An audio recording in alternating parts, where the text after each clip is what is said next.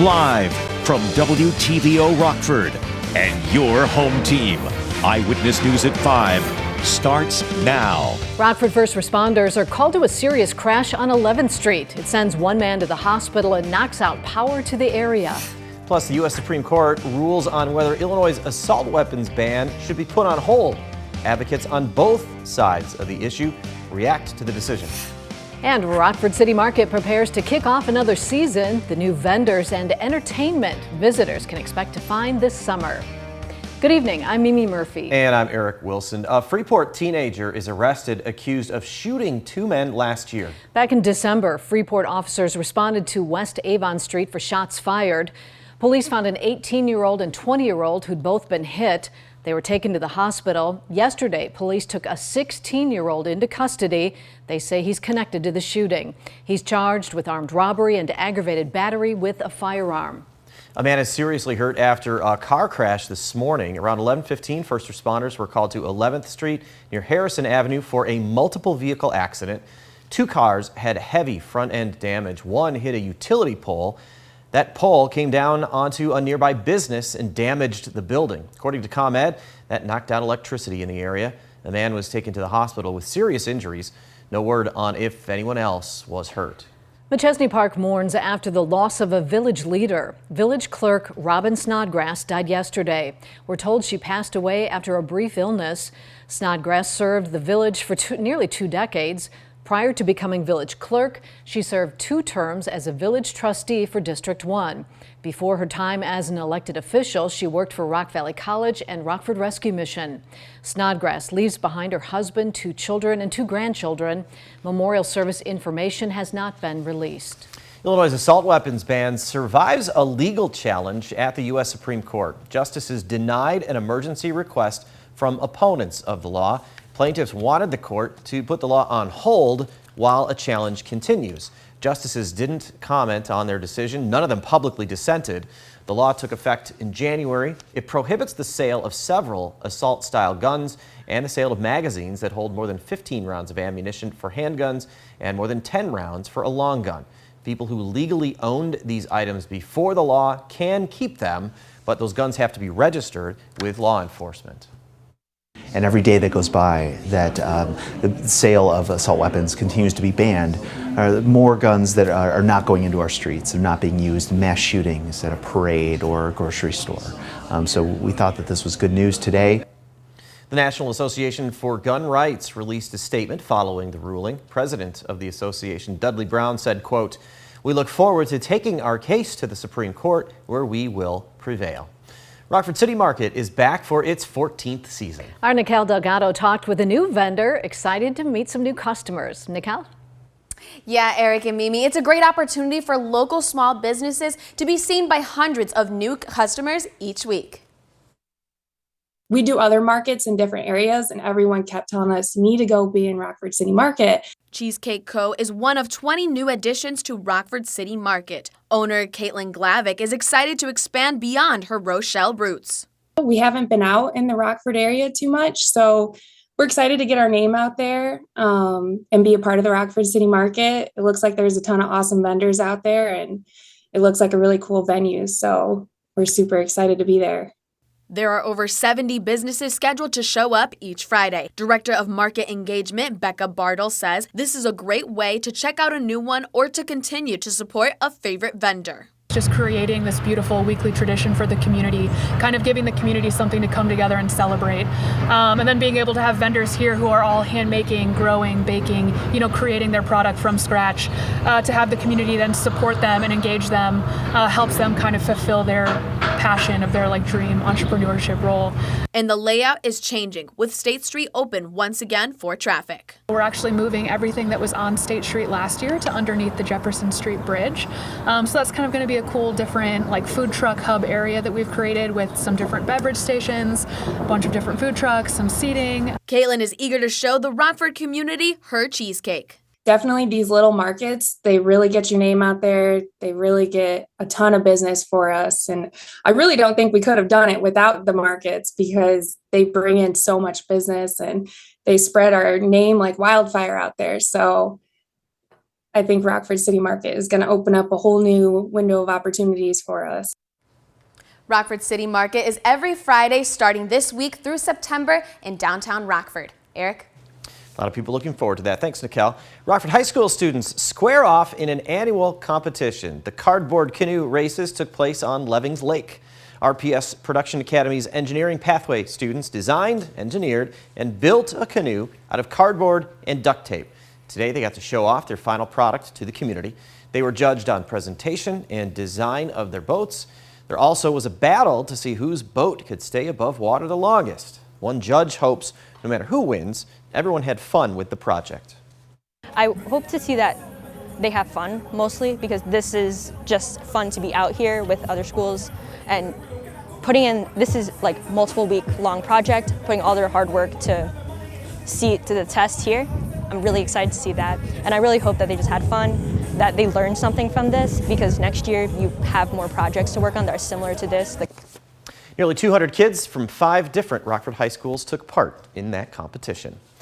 State Line residents at a local nursing home got a huge surprise. They got to take part in a Pup Parade. It was in honor of National Skilled Nursing Home Week. The parade took place at River Bluff this afternoon. Residents got to interact with the dogs. Some of the pets were even dressed up. Residents also got to enjoy games, popcorn, and other fun activities. Organizers say this was a thank you to the nurses who provide 24-hour nursing care to people at River Bluff.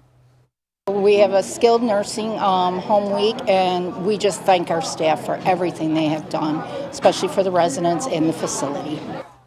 Cultivating kindness is the theme for this year's National Skilled Nursing Care Week. The head of the U.S. Postal Service told lawmakers Wednesday the agency is taking aggressive actions to get back on track after facing significant financial losses this year. But some lawmakers say they're concerned USPS is focusing too much on saving money and not enough on employee safety. Anna Warnicki is in Washington with more. We receive complaints about mail delivery almost on the daily. Lawmakers told the head of the U.S. Postal Service their constituents are fed up with the widespread delivery delays plaguing their districts. Folks in Knoxville, they cannot get mail picked up or delivered for over a week. We sort of feel helpless at this point. The Postmaster General says the agency is working to ramp up its reliability while keeping costs under control. We're driving billions of dollars out of the organization, and we'll continue to accelerate that cost reduction as we move forward. But Maryland Democrat Jamie Raskin says those cuts jeopardize the safety of postal workers. More than 2,000 postal carriers have been assaulted or robbed since 2020. The Postal Service seems to have prioritized cost-saving strategies above the safety. Raskin says the agency's response to the spike in crime isn't enough. The Postal Service's proposal focuses on hardening physical infrastructure, which is, of course, helpful in terms of preventing mail theft, but it really doesn't do anything to help keep the postal workers safer. Now Democrats are demanding a detailed plan on how DeJoy will protect postal carriers by June 12th. In Washington, I'm Anna Warnicki. Now, your First Warn weather forecast from Chief Meteorologist Candace King. Well, hazy skies all across the state line from north, south, east, west. The smoke from the wildfires up north still impacting us today.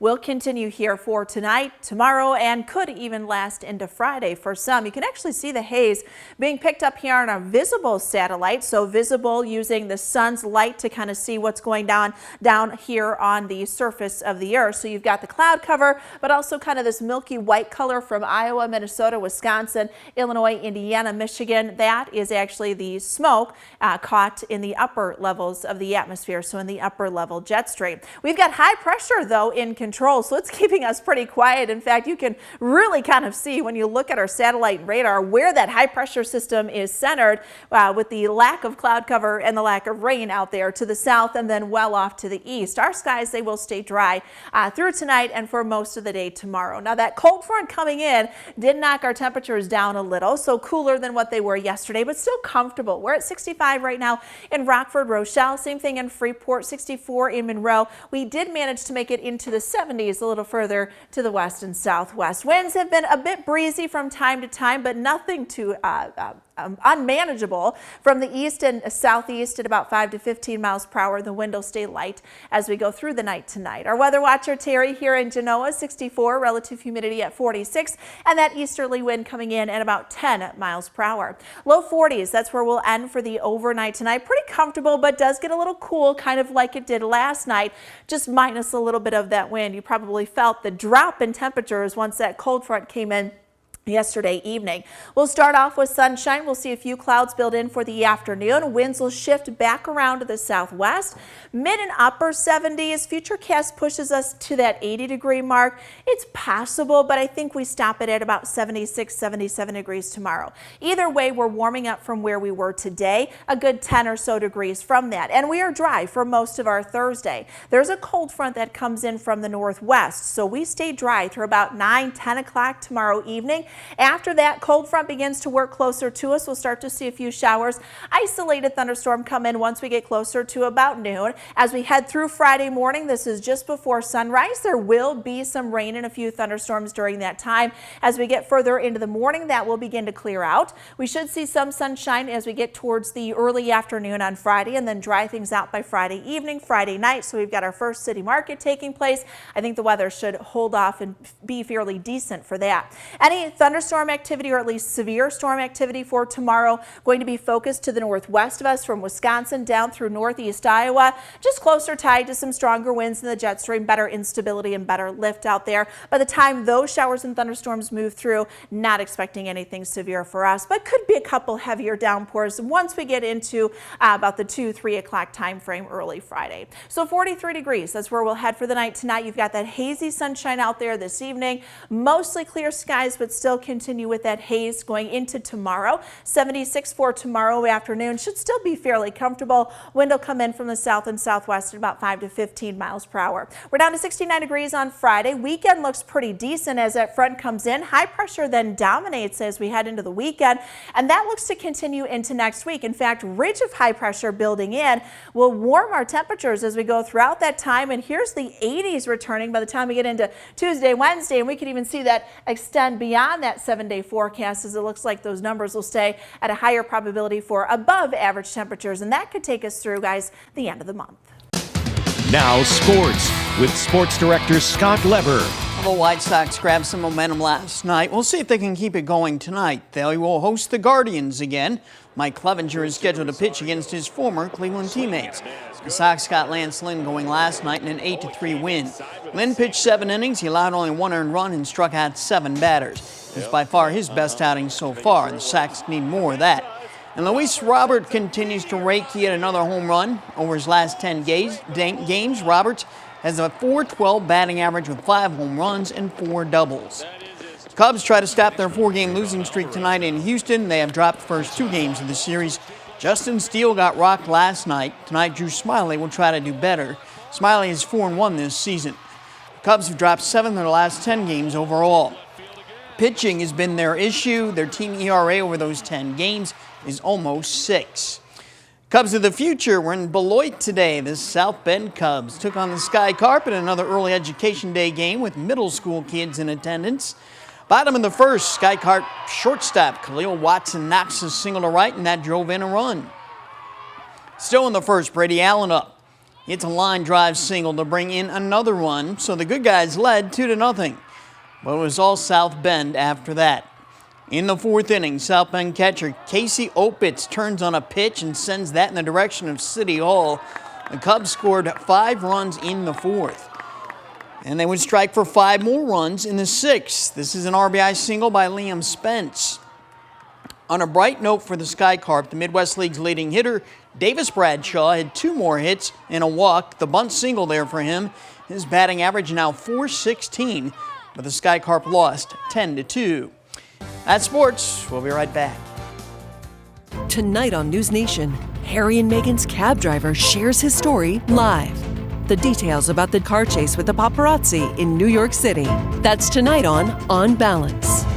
Then, a Banfield exclusive. The suspect in the Idaho murder case indicted by a grand jury. The entire family of one of the murder victims sits down with Ashley live in an interview you'll only see on News Nation. Tonight on Banfield. To find News Nation, go to joinnn.com.